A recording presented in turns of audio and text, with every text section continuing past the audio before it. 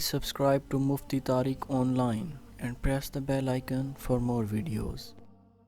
السلام علیکم ورحمۃ اللہ۔ رجب علی کند کوٹ سے یہ بھائی سوال کرتے ہیں کہ مرغی کے پنجے کھانا کیسا ہے، یعنی مرغی کے پنجے کھانا جائز ہیں یا نہیں، ان کا شرعی حکم کیا ہے۔ دیکھیں، بہت اچھی بات پوچھی ہے، کیونکہ جو بڑے جانور ہیں یعنی کہ گائے، بھینس، بکری، بکرا وغیرہ، تو ان حلال جانوروں کے پائے تو لوگ بڑے شوق سے کھاتے ہیں، مگر مرغیوں کے جو پنجے ہیں انہیں بہت کم لوگ کھاتے ہیں۔ اس کی وجہ یہ ہے کہ بعض لوگ انہیں جائز نہیں سمجھتے۔ اسی طرح بعض لوگوں کا خیال ہے کہ ان کا کھانا مکروہ ہے، جبکہ کچھ لوگ ایسے بھی ہیں جو بڑے شوق سے کھاتے ہیں۔ تو یاد رہے، اس بات کو سمجھنے کے لیے پہلے یہ جان لینا از حد ضروری ہے کہ حلال جانور کی کون کون سی چیز کو کھانا جائز نہیں ہے۔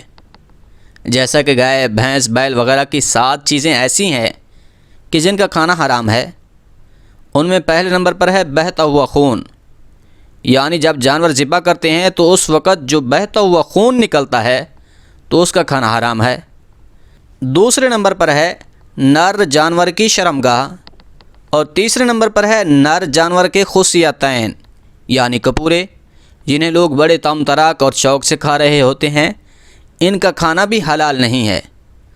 چوتھے نمبر پر ہے پیشاب و پخانے والی جگہ، اس کا کھانا بھی حرام ہے۔ 5ویں نمبر پر ہے غدود، غدود کا کھانا بھی حلال نہیں ہے۔ اب غدود ہے کیا؟ یاد رہے، غدود کہتے ہیں کہ جب جانور کے کسی حصے پر کوئی خون کی گانٹھ بن جائے تو اس گانٹھ کو غدود کہتے ہیں، اور اس غدود کا کھانا بھی جائز نہیں ہے۔ 6 نمبر پر ہے مثانہ، 7ویں نمبر پر ہے پتا۔ تو حلال جانوروں کی ان 7 چیزوں کا کھانا حرام ہے۔ اب ان میں پائے شامل نہیں ہیں، لہٰذا جب مرغی کا گوشت حلال ہے تو اس کے پنجے بھی حلال ہیں۔